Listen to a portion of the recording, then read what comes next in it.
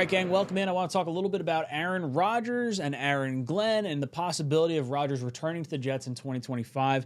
Jet fans seem kind of split on this. There was a very large faction for a long time that did not want Aaron Rodgers back in 2025. As we got later into the season, it seemed like, okay, now we are okay with it. Now that the season's a little bit far removed from the final game, I feel like it's worth it to try and clear the air and kind of feel where you are at this point in time. Aaron Glenn has said he is open to the idea of Aaron Rodgers being the quarterback for 2025. They want to make this decision sooner rather than later. It appears like Rodgers wants the Jets to be able to make a decision first. They want to say, hey, we want you back, and then he'll make a decision, or we don't want you back, and then maybe he'll become a free agent. He can go wherever he wants to go. And I think that's where the Jets sort of live right now, because before the Jets can operate as though he's our quarterback in 2025, there is this little bit of a discussion of, does Rodgers still want to be here? Because there was a lot of what felt like rumblings or riffs towards the tail end of the season, just taking shots at the Jets in general. I shouldn't say taking shots at the Jets, but definitely some notable moments. There's a lot of leaks in the building, which honestly there were. And then you also have, it would be the first time I'd get fired by a 16-year-old kid or a 17-year-old kid, talking about Brick Johnson, Woody Johnson's son. Kind of making light of that, which maybe it's not that bad, but I did get the feeling that Woody was kind of done with it. I did hear rumors, and I'm sure everyone else heard rumors, that back at the Broncos loss, when the Jets lost to the Broncos week 5, 6, whatever that was, that Woody Johnson was up to here with Rodgers, and he was done with everything. So the relationship between Rodgers and the owner definitely feels like there's some shaky ground there.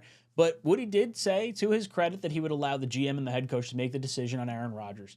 So kind of looking at it through that context, and going into the fact that the owner did hire Aaron Glenn and did hire the GM Darren Moogie, to me, it feels like there might be we want him here, but if he wants to retire, that's also fine. And I think the Jets are kind of in the weird state that I find myself in, is I don't want Rodgers to go elsewhere. I don't want Rodgers to have a really good season elsewhere, because that means he could have had it here. So to me, I would rather say I want Rodgers here, full stop, all the way. And, worst case scenario, he's your quarterback for 2025, which, light bulb, guys, we don't have a quarterback. It's going to be Tyrod Taylor or Jordan Travis if Aaron Rodgers isn't the guy. Sure, you could try a retread like Justin Fields or, Jameis Winston or someone like that that's out there in the free agent market. Maybe you go with a rookie, but then there's all sorts of problems with that too. So you don't really know what the best answer is other than Aaron Rodgers.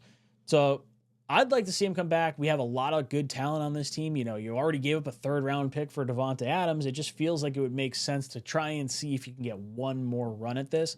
Now, Woody Johnson hiring Darren Moogie is interesting, because Moogie just got off a season where the Broncos moved off of Russell Wilson after 1 year, and they got all the dead cap hits, and it was all, or I guess, what was it, 2 years with Russell Wilson?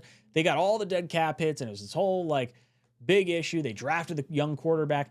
Maybe they're kind of setting themselves up for the situation of, we're ripping the Band-Aid off the Aaron Rodgers, injury right now, or they're setting it up for the future. Because no matter how you look at this, whether you want Rodgers back or you don't want Rodgers back, you're going to have to contend with the dead cap hits at some point. And for all the issues that went on in Denver prior to this year, I mean, they dealt with the cap hits pretty good. They were able to field a team. They got into the playoffs, and a pretty competitive team all season long.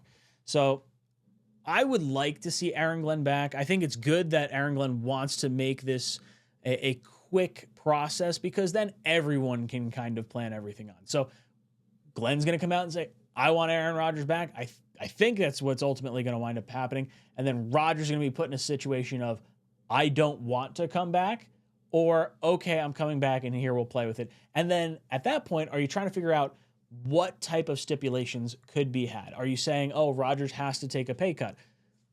You definitely could. He said he'd be willing to take a pay cut in the past. And if he's still interested in playing in New York, maybe he goes from a $35 million bonus going into this year. He's got a $2 million base, so it's really like a $37 million cap hit.